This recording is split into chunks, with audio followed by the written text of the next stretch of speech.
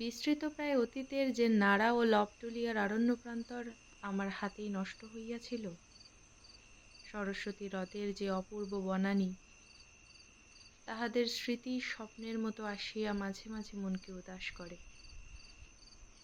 সঙ্গে সঙ্গে মনে হয়, কেমন আছে কুন্তা, কত বড় হইয়া উঠিয়াছে সুরতিয়া, মোডকনাথের টোল আজও আছে কিনা, ভানুমতি তাহাদের সেই শিলাবেষ্টিত অরণ্যভূমিতে কি করিতেছে, রাখালবাবুর স্ত্রী ধ্রুবা, গিরধারী লাল, কে জানে এতকাল পরে কে কেমন অবস্থায় আছে।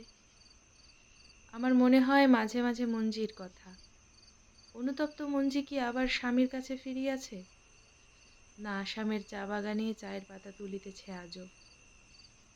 কতকাল তাহাদের আর খবর রাখি না।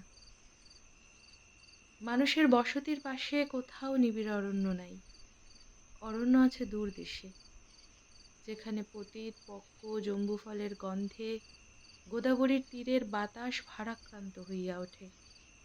আরণ্যক সেই কল্পনালোকের বিবরণ। ইহা ভ্রমণ বৃত্তান্ত বা ডায়েরি নহে, উপন্যাস।